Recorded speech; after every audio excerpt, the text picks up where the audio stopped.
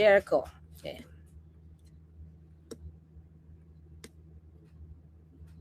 You all assume I'm mad at Sara Duterte. I'm not. But I do resent her because she is the very reason her father is in the ICC. Let me explain. Lest we forget that after PRRD, the mayor of Davao City is Sara Duterte. She's actually part of the problem that put him in the ICC. Oh, okay. Wait,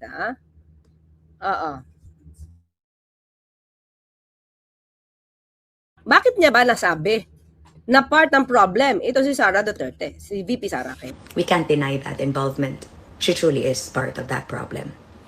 If anything, she is the reason why he's still there to this day. So, ang totoong dahilan kung ba't nagdurusa ang dating Pangulong Duterte, walang may ibang gawa kundi ang Vice Presidente.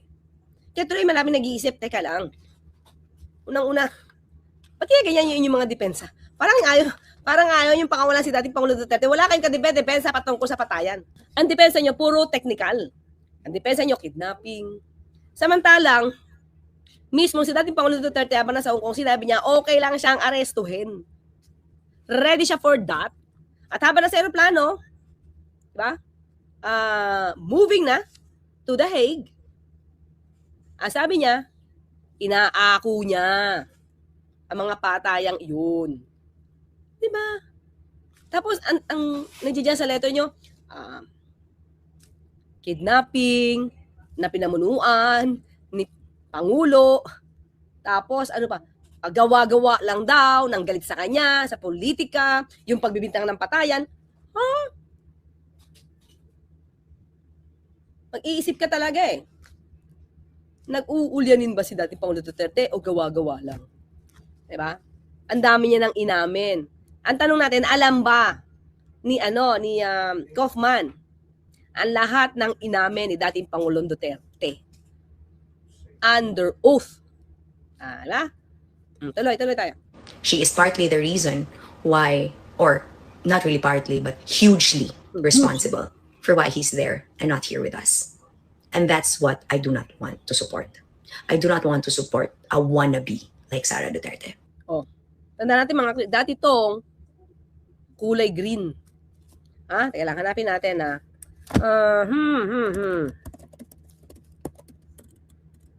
Supporter siya nito eh. Supporter siya. Supporter siya. Ito yan eh. Pakita ko na yung picture mga kaibigan. Kaya lumalabas, kilalang kilala niya. Diba? Jam Magno, may Mother's Day message para kay Sara Duterte. Diba? Happy Mother's Day to us. Panimula ni Magno sa kanyang Facebook post noong Mayo 8. Anong year? 2022. I will always have barong made, a terno, and few more outfits to honor you and Apo BBM and all the people I support. The best Vice President of the Philippines. Taga-suporta, mga ka-clear. Sara All. Hindi siya parte yata ng isip, no? Sara All. Okay, let's go. Tuloy. I don't want her to make us all believe that if she is going to be president, we're gonna enjoy the golden years of having another Rodrigo Duterte. Mga ka-clear, golden years. Ito na lang nasubukan na siya eh. Ulit na lang tayo. Nasubukan na siya mag-lead. Sabihin mo na sa Davao City. Okay? Davao City. Tanong, yung Davao City ba hindi na binaha? Pinakita ko sa inyo ang reklamo sa Davao City. Baha. Golden years ba yon? Ang sabi ngayon dito ni Jam Magno, yung pangako na parang golden years as if the same nung pangyayari dating Rodrigo Duterte. Golden years ba nun? Anyway, kasi syempre, Jam Magno believes, no? In the former President Rodrigo Duterte. Diba? So, siguro sa iba, hindi golden years. Kasi merong Farmally, may Pogo, may EJK. Hindi siya doon, hindi golden years sa ibang tao. But for Jamim Rainquizon, ang ating baby, pero for Jam Magno, kasi Talagang ganun yung pagmamahal niya kay dating Pangulong Duterte. So, hindi natin matatanggal sa kanya. So, sige, let's give it to her. Golden years. Pero hindi daw ito magagawa ni VP Sara. Makamtan man lang ba kahit katiting na nagawa ni dating Pangulong Duterte? Ha? Siguro yung mga kabutihan naman nagawa, wag naman yung masama. So, golden syempre dapat positive, di ba? O yung konting part ng golden years ni dating Pangulong Duterte. Sige, go. Because she's never going to be that. Mm. Let me remind all of you that Sara Duterte caused PRRD's demise in the ICC. Bakit? Bakit nga siya yung naging cause? Ha? Why? She didn't behave. Oh, she didn't behave. Bakit? Kasi nag-meltdown. Nelson Cupino, di ba? Nag-meltdown. Okay, sige. She didn't behave. Di lang she didn't behave. She didn't work. And up to now, not working with the president. No? Mas inuna niya yung ambisyon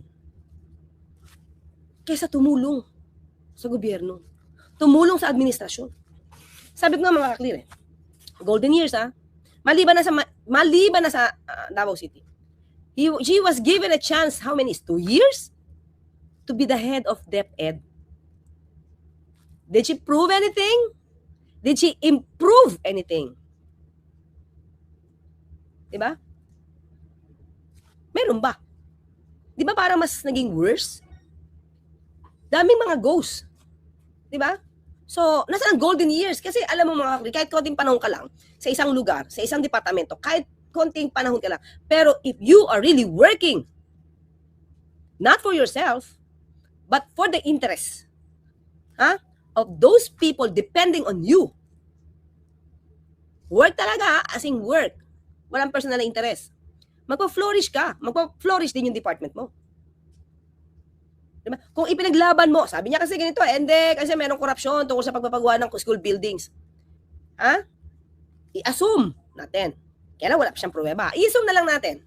Siguro ang problema na lang ngayon dito is hindi natapos yung ibang mga school rooms na yun yung pangako ng Pangulo. Okay, sige na. Bigyan na natin sa kanya. No? School rooms, kulang. Backlog. Admitted. Kasi namuno siya Kung totoong may issue about the corruption, about corruption na bakit ganito, yung pera napunta dyan, yung pera pa ganyan. Di ba sabi niya gano'n? Sinusisi niya si Saldico. I-assume na natin na may problema. Bakit hindi ka agad pumiyok? Under mo yung DepEd Tapos merong manloloko ng budget, magmamanipula ng budget ng DepEd. Diba? Dapat ikaw ang unang umalma. Hindi pwede yan. Sinumbong mo na agad. Right there and then, hindi pa kinukuha yung pondo. Makakita, hindi pa nakukuha yung pondo, binabalak-balak pa lang, umalma ka na. And that's supposed to be a true leader. Diba? Pag alam mong may mali, huwag kang pumikit. Huwag magtulog-tulugan, huwag matulog na mahimbing kasi mawawalan ka talaga ng pondo kung hindi mo ipaglalaban. Kung totoo yung sinasabi niya, i-assume ko lang naman na totoo. Diba? Ikaw ang may hawak niyan, departamento mo yan, ikaw ang may pinakamalaking budget dahil yan ang nasa konstitusyon. Kasi hindi mo paglalaban? Tapos maninisi ka na lang, yung laptop kaya ganyan, school supplies kaya ganyan. You're the head. You're the head. Diba? Isang departamento ka na nga lang. Isang departamento ka na lang. Kasi kung tinuruan mo rin yung ibang mga tao mo na maging honest. Lahat ng tao niya. Kasi yung mga tao niya galing din ng Mindanao Ay galing din ng Davao City. Kung lahat yan honest, pababa niyan, magiging stricto yan. Pag alam nila na yung tao na boss nila ay hindi nangungurakot, yung nasa baba niyan, di rin mangungurakot kasi takot. Diba? Maybe not necessarily na ganon, lahat. Diba? Pero sasabi natin kasi is maliit lang yan departamento yan hindi pa buong bansa Paano kung buong bansa? Diba? Tapos, anong nangyari dyan? Diretso sa'yo yung pondo Yun yung pinag-uusapan dito. Diba? Kung naging in good faith, halimbawa in good faith ka. So, ibig mo sabihin yung mga tao mo sa baba, halimbawa itong mga tao niya, mga SDO niya, mga accountant niya, di ba mga clear? Kung ikaw ay matino, halimbawa, Vice Presidente, Secretary ng DepEd, matino ka. Yung mga taong matagal mo nang kasama, Davao pa, at least dapat trusted mo. At sila na ang kikilos pababa. Ang problema kasi, tinatanong itong mga tao mo, una, ayaw mong papuntahin. Sinishield mo. Nung pinapunta mo naman, at last, pinapunta mo, ayaw mo naman pagsalitain. Lahat sila walang alam. So, yun na problem eh. Lahat siya magre-reflect sa'yo. Diba? Magre-reflect yan sa'yo. So, dapat yung paimbestigahan mo bakit sa accountant mo hindi alam. Bakit si SDO binigay yung pera kay security? Halimbawa, at sinasabi, utos mo. Kung hindi talaga yan nangyari sa'yo, di ba dapat paimbestigahan mo yan? Lalo na nandoon sa hearing, binanggit. Pero lahat yan, shinield mo. O tapos hanggang sa napunta sa ospital, di na makapagsalita. O, kung pinagkakatiwalaan niya si Atty. Zulaika Lopez, halimbawa lang ayun naman yung parang second in command eh. Kung halimbawa si VP Sara ay in good faith, at least si Zulaika Lopez dapat alam niya yung nangyayari kasi pinagtiwalaan siya. Ang problema kay Zulaika Lopez, lahat din ng pera patungkol sa confidential funds, walang alam. Di ba nakakataka yun? Samantalang, nung nasa Senate hearing sila, tinanong siya kung paano gastusin ang confidential funds. Diba? Libreng sakay, libreng tinapay, libreng tree planting, lahat yan tinanguan. At tabi niya sa Zulaika Lopez lahat yung sinabi ni Vice Presidente, tinanguan ni Atty. Zulaika Lopez. Ibig sabihin, alam niya. Alam niya kung saan ginastos. Diba? So, yun lang yun eh. Kaya, mahirap magmalinis mga clear. She insulted the very people that was supposed to help her. Sino ba namang tanga na tutulong pa kung iniinsulto mo sila, di ba? Yes, mga clear. Bago mag-meltdown, di ba, ang daming press briefing ni Sara Duterte na iniinsulto ang Pangulo. Nandun na yung pupugutan ng ulo, ipapadala yung labi ni Apo Lakay, ni former President Marcos Sr., itatapon sa West Philippine Sea. Bago pa to. Bago pa madala si dating Pangulong Duterte. Kaya ang tanong natin mga clear, with that kind of scenarios, with that kind of actuations of VP Sara, nakikita nyo ba yung plano na Gloria 2.0? Pinurubok ng pinurubok? Diba? Kahit hindi kumikibo ang Pangulo, at ang kaaway niya di umano ay si Martin Romualdez. Congressman Martin Romualdez. Doon naman sila magkaaway sila eh. Hindi naman magkaaway. Parang nagkaroon ng hidwaan. Why? Kasi nung tinanggal si Gloria sa posisyon. Kasi mukhang nakaamoy daw eh ng balakin. Ito hindi hindi garantisado, yun lang. Lumalabas na bakit natanggal si Madam Gloria sa kanyang posisyon. Is it because maglo-launch na ng Gloria 2.0? Sirain ng Pangulo para ma-impeach. Mag-alsa ang tao, Gloria 2.0.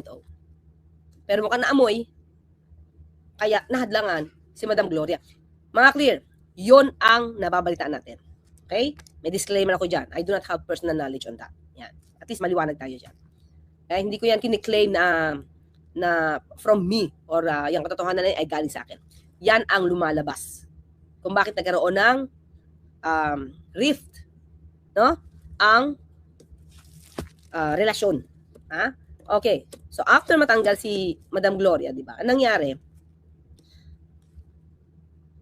Nagtampo, umalis din si VP Sara at pinangalanan si Speaker na Tambalustos.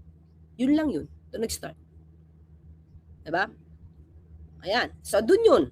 So, kasi mukhang yung step 1, hindi na naka-step 1. Kaya inaway si Speaker. Tapos lately, dinadamay na si Pangulo. Samantalang ang Pangulo tahimik. Pero dinamay. Diba? Dinamay, pati nung ama niya, noong 2024, sa kauna-unahang maisog. January. Okay. Let me remind you that kaya ka nga tumakbo as Vice President, kahit ginusto namin na maging presidente ka, kasi ayaw mong i-inherit ang legacy ng tatay mo. Tapos ngayon, gagamit-gamitin mo. So pinupush pala nila maging presidente si Sara. Ba't? Tigas ulo? Ayaw sundin ng tatay. Pero Mga kaklir, ang dami nang binitawan salita ni dating Pangulong Duterte, di ba? Sabi niya, pagka-presidente, sabi niya, hindi pang babae. So, dapat hindi tumakbo si VP Sara. Yun yung idea niya eh. So, ang tanong natin, is it a drama? Was it a drama? Para habol-habulin ng tao si VP Sara? Kasi hindi niya papayagan tumakbo. Well, in fact, at the back of his mind, tatakbo naman pala. Papatakbuhin naman pala. Okay, anyway, okay. Gagamit-gamitin mo para sa sympathy vote. Yun, Because wala ka mga kaklir, ay, kuha niya. Bakit? Ngayon, tingnan nyo, pati yung letter nito si dating Pangulong Duterte sa ICI, pasimpatya. Pasimpatya. So, ang tanong, ginagamit na lang ba ni VP Sara yung kanyang tatay para sa political career niya? Kung ganon at kung totoo yun, that's selfishness. Diba? Ilang beses natin sinabi na may selfishness itong si VP Sara. Nung sinabi niya may alam daw siyang paraan. Sabi niya, imposible maging 20 pesos ng bigas. Pero, mayroon akong alam na paraan. O, di posible pala. Pero, hindi ko ituturo. At ayoko sabihin dahil sabi niya, ayaw niyang tumulong kay Pangulong Marcos Jr. Selfishness, di ba? So, hindi siya makabayan. Hindi siya totoong makabayan. Makasarili siya. Ganun kasi, imagine mo, instead na kung totoo naman, alam ko naman bluffing lang yun. Pero i-assume ko may alam. The mere fact na sinabi mong hindi mo itutulong kahit may alam kang guminhawa ang buhay ng bawat Pilipino para sa 20 pesos na bigas. Hindi mo itutulong kasi galit ka kay PBBM. That's selfishness. Hindi yan leadership. naman talagang ambag, girl. Wala kang ambag. So, what law have you created? How many lives have you changed because you did something? Amo ni Jam Morales. So nga, may nagawa kang mambatas. Definitely wala. Bakit? Hindi naman siya mambabatas. Sabi niya, hindi naman ako mambabatas eh. Okay, pero, nakapag-improve ka ba ng buhay in a way? Kasi yung mga kakrit, pati yung magnegosyo taday, kino-question ng COA eh. Kasi yung mga beneficiaryo, hindi nila masabi kung sino eh. Walang feasibility study yung mga inalok na negosyo. O yung, kasi bago ka magbigay niya, syempre tatanong mo, anong negosyo mo? Anong gagawin mo? Tingnan natin, paano kang kikita sa dapat ganun. Hindi ka lang bibigay ng pera. Kung nabigay nga yung pera. Pero, hindi mga kakrit. Hindi nagawa. Huwag mong angkinin, Diyos mio, ang trabaho na ginawa ng tatay mo. Ang blood, sweat, and tears and political leverage that your father has built for years as a public servant. Hindi yan pwedeng i-inherit mo lang, girl. Tapos ngayon, nagagalit kayo sa akin, thinking na, pinersonal kita at siniraan kita. No. I just hate the fact that people don't seem to understand that dahil nga sa'yo, nasa ICC si PRRD, hindi dahil kay Marcos, hindi dahil kay Romualdez. Bakit? Kasi siya ang gumawa ng gulo. Si VP Sara ang nag-start mang-away ng kung sino-sino. At yung mga troll armies niya, pinapalabas na siya yung kawawa. When in fact, siya talaga yung nagwala. Diba? Kasi sino ba namang tanga? Natutulungan ka pa. Ang bastos-bastos mo. Naku. Sige. Hoy, hindi ko kaya sabihin yun ha. Sa'yo na lang yung Jamagno ha. Hindi ko kaya yan. Sige na. Sige nga. Iti-threaten mong papatay, di ba? Iinsultuhin mo, gagawa-gawa ka ng istorya, gagaguhin mo, madadamay kaming mga Pilipino, tapos gusto mo tutulungan ka para protektahan si PRRD. Kasi yun dapat ang trabaho mo, Inday. O nga, it's your obligation as a daughter, di ba, to behave. Di ba? Behave ka kasi wala namang sabi nga, gumagawa ka lang ng kwento, mga kaklir, kasi ganito, ha? Tingnan nyo to, ha? Kailan na dinakip, kailan napunta ang tatay niya sa The Hague March? 10/11/2025? 2025. Mga kaklir, pero ito, tingnan mo itong pagwawala niya, ha? Yung pagbabanta niya sa buhay. Anong year to? Ayan. 2025. Ito, November 24, November 25, 2024. So, ayan ka na, nagwawala ka na, nagme-meltdown ka na, nagmumura ka na. Lahat ng tao na hindi na ibibigay yung gusto mo, kinalaban mo. Diba? Kinalaban mo. Kaya nga, saan siya? Oops. Yon. Nagsinungaling ba siya nung sinabi niya? And then he said outright, yes. It's either he did not know what he was talking about, so incompetent, or he was lying through his teeth to get the votes of people. Diba? Yan siya. Nagwala para kay Atty. Zoraida Lopez. Okay? So, 2024 yan ha. O sige, tuloy tayo kay Jam. Ganda mga sinabi dito ni Jam actually. Realidad. Yun dapat ang trabaho mo, na protektahan si PRRD kasi alam mo na mangyayari talaga to lahat. Pero yun nga, ang hindi alam ng mga Pilipino, ginawa mo to lahat kasi gustong-gusto mo talaga na nasa ICC siya. Talaga? Itong parte na ito mga hindi ko na dinig yung sinabi niyang gustong-gusto ni VP Sara na talaga nasa ICC. Ano yun, para makapapasyal? Kasi dati, nung wala pa sa ICC si Pangulo, Germany lang eh. At nako-question siya. Pero ngayon, lahat ng biyahe niya, although sinasabi natin biyahe, pero parang obligasyon niyan dumalaw eh. Obligasyon niya ipaglaban ang kanyang ama. Kaya lagi na siya nasa abroad. Tingnan natin, bakit gusto niya nasa ICC? Para magamit mo pa siya. Ayun. So ngayon, lahat ng paawa, ginagawa niya, kidnapping, marandana, frail, weak, pagod, kidnap. Ginagamit mo lang pala sa politika ang tatay mong may edad na. According to Jam Morales. Nakakahiya naman. Yun kung totoo tong ibinibintang ni Jam Morales. Pero maliban kay Jam Morales, yung basa ng iba, ganyan eh. Yung basa ng iba, So, let us see. Si Jam Morales nagsasabi niyan, okay? Because as a good father to you, na bumabawi, kasi yun naman talaga ginagawa ni PRRD ngayon, bumabawi siya sa mga nagawa niya sa mga anak niya. At alam naming lahat yan. Alam ko yan. Oh, kilala. Mga kakli, kilala. Oh. That's why I will never support you as president, because I really will not support a wannabe Rodrigo Duterte. Because there will never be another Rodrigo Duterte. You will never have his heart, because that's what you don't have, Inday. You don't have the heart to serve the people. I met you, remember? You are as frigid as your black dress from yesterday. All starch, no heart. You are rayon. You're not cotton.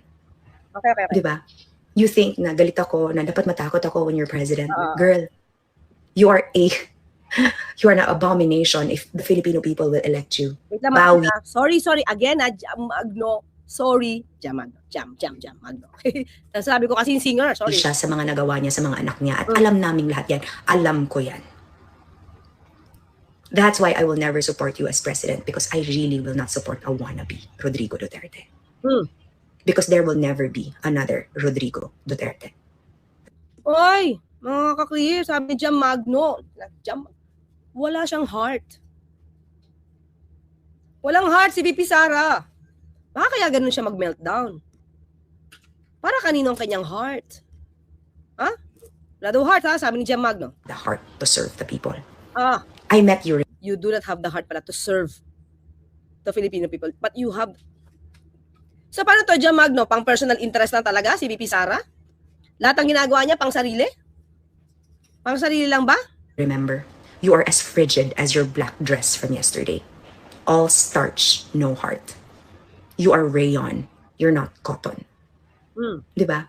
You think na galit ako, na dapat matakot ako when you're president. Girl, you are an abomination if the Filipino people will elect you. Wow, abomination. Grabe naman yung word.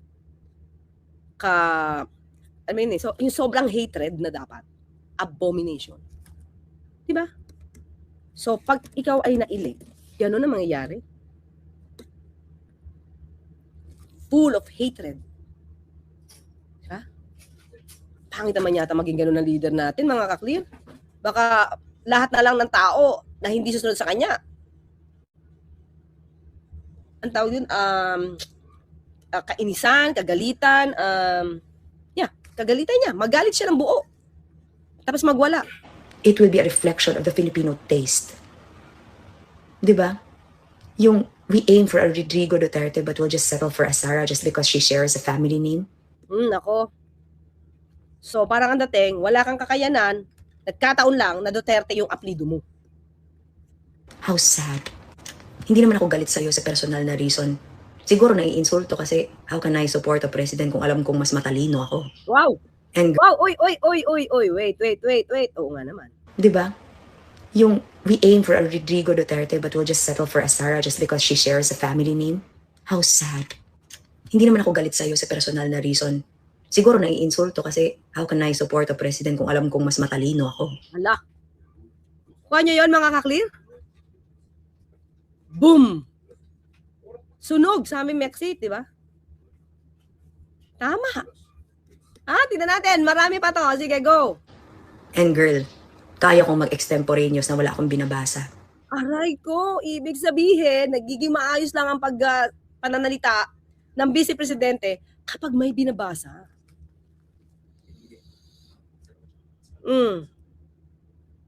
Diba? Well, as compared talaga kay dating Pangulo Duterte, bigyan mo lang ng mic si dating Pangulo Duterte, extemporaneous, bla bla bla bla bla.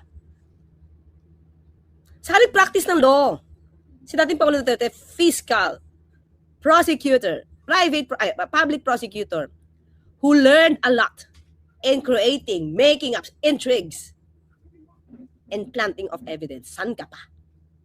Diba? Nag-practice siya eh. Diba? Kaya sanay. Kaya kong maging coherent, maging kalmado, lalo na pag tinatanong ako. Hala, so ibig sabihin walang coherence? Si VP Sara? Well, natatandaan niyo ba yung yung issue doon sa, may video to eh, yung di niya matandaan kung kung saan siya vice chair ng NTFL Cup, di niya alam. Tapos all of a sudden, may sinasabi siya, parang minemorize siya, tapos nawala siya, inulit niya ulit. Diba? So, pag sumasagot siya, tapos kasalita na siya, ano ulit yung tanong? Diba? Walang coherence. Yun yung sabi ni Jan Magno. Diba? Sa trabaho at responsibilidad ko, anong ginagawa mo? Diba? You can't grant interviews because makikita that you are not as charismatic as your father. Mga clear. Maybe that's the reason why she never accepted questions for her last briefing. Wala. Binasa niya lang talaga. Samantalang yun, sinabi niya na yun, nabasa niya na yun, doon sa kanyang Facebook account. Kumbaga, nag-tape na siya, nag-video na siya. Nag-video na siya. So, all of a sudden, nagpatawag ulit siya ng media. Press con. So most probably the media believed that there would be question and answer. Kasi nagpatawag siya live, briefing. Tapos all of a sudden may dinagdag lang siya because with regard to the foreign policy, na wala daw tayong foreign policy na ina-adapt. Alam mo yun? Hindi nga niya alam siguro yung issue tungkol sa Kalayaan Island Group. Baka hindi niya rin alam yung tungkol sa sandbar natin. Diba? Baka nga hindi niya rin alam yung ating EEZ. Diba? Tapos sabi mo, walang tamang foreign policy or independent foreign policy. Pinapatupad ang Pangulo. Hala, di mo nadidinig yung sinasabi ng Pangulo? Even sa SONA, kauna-una niya yatang SONA yun, nandun pa kasi si Atty. Vic Rodriguez at nagtayuan pa, I will not surrender even a square inch of our territory to any foreign power. Hindi ba yung foreign policy? Hindi ka nakinig, no? Kaya nung ikaw ay paupuin para salita kung paano mo i-describe yung SONA, nag-itok-itok ka. Can't even explain. Diba? Sinabi niya lang, I love the way it was written because I could not write that kind of speech. May gano'n, diba? I love the way it was written. Hindi yun pag-a-analyze. Yung laman, dapat ang ina-analyze. Hindi the way it was written. Kaya tuloy, pinipintasan ka ni Jan Magno. Di ka daw matalino. As compared sa kanya. So, paano ka naman daw niya susuportahan? Kung ang susuportahan niya, mas matalino pa siya. Di ba?